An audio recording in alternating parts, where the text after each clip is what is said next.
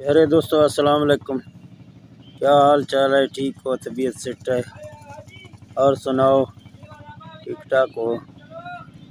प्यारे दोस्तों, आज आपको एक और वीडियो बना के दिखाएंगे। इस वीडियो में हम आपको सिखाएंगे वीएफटी के बारे में।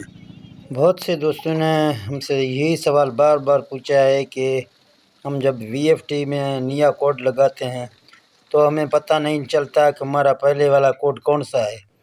तो जब वीएफटी में नया कोड लगाते हैं तो हमारा वीएफटी सेट नहीं होता है, पानी भी अच्छी तरीके से नहीं निकलता है, फिर हम परेशान होते हैं।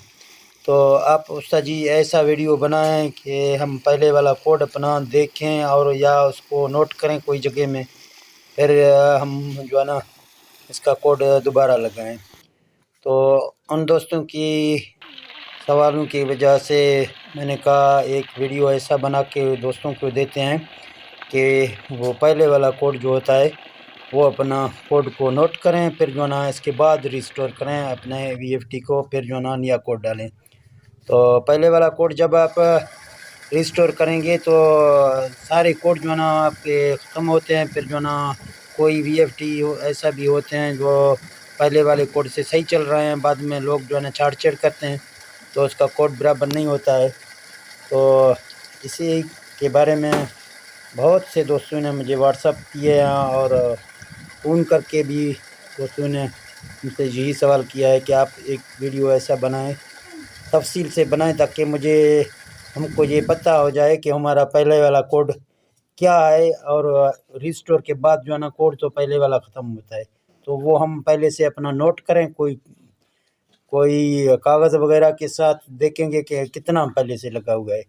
तो इसके लिए तो आपको अभी जाना है यहाँ प्रोग्राम में। आप जब जाएंगे प्रोग्राम के बटन दबाएंगे, आपको फिर पीबी में जाना है।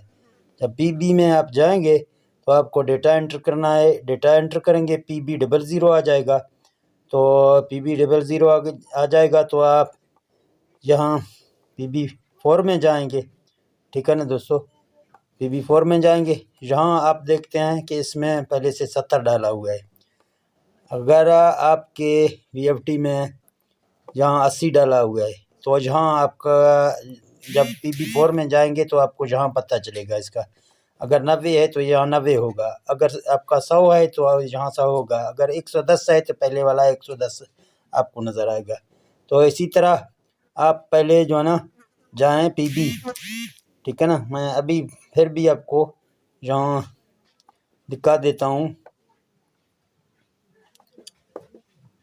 यहाँ आप पीबी में जाएंगे तो आपको जो ना PB00 आ जाएगा, फिर 00 में आपको PB4 में जाना है, ठीक है ना।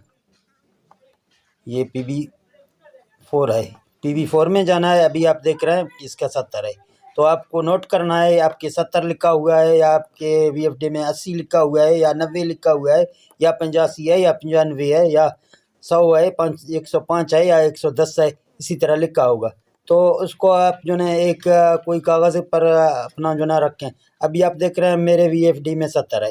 अभी इसको मैं रिस्टार्ट करूँगा आपके सामने, फिर इधर आप देखेंगे कि 80 हो जाएगा। रिस्टोर जब करेंगे तो 80 हो जाएगा।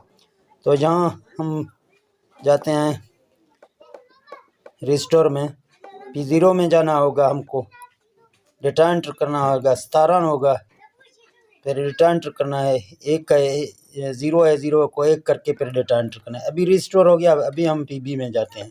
फिर आपको यहाँ देखते हैं, आप PB4 में जाते हैं, आप देख रहे हैं अभी 80 हो गया। अभी आपको पहले से पता है कि मेरे वाले वीएफडी में पहले से 70 लगा हुआ था। अगर 80 में मेरा सेट हो गया तो ठीक है, अगर मैं 85 करूं 85 में सेट हो जाएगा, ठीक है। अगर 90 में सेट हो गया, ठीक है। अगर सेट नहीं हो गया तो हमें कैसे पता चलेगा कि हमारे पहले वाला कोड कौन सा है। तो जहाँ आपको पहले अपना नोट किया है 70 है, तो मैं इसको यहाँ 70 करके डेटा एंटर करूँगा, फिर जो है PB5 आ जाएगा इसका। जो ना अगर आप वापडा पे चला रहे हैं तो इसको 00 ही रहने दें। अगर आप वापडा पे नहीं चला रहे हैं, सोलर में चला रहे हैं, तो इसको आपको कम से कम 10 से क्रॉस करना है। 20 रखेंगे आपका मर्जी है, 30 रखेंगे या 40 रखेंगे। मैं आमतौर पर जितने भी VFD में कोड लगाता हूँ मैं इसको 50 में रखता हूँ।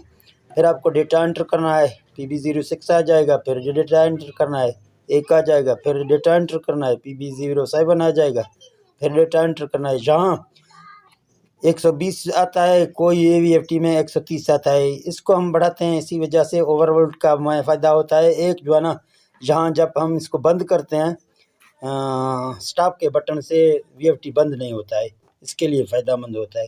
तो ठीक है, चलो दोस्तों, अगर ये वीडियो आपको अच्छा लगा तो प्लीज़ इस वीडियो को शेयर करें और लाइक करें। तो ठीक है, मिलते हैं अगली वीडियो में। ओके, अल्लाह हाफिज़।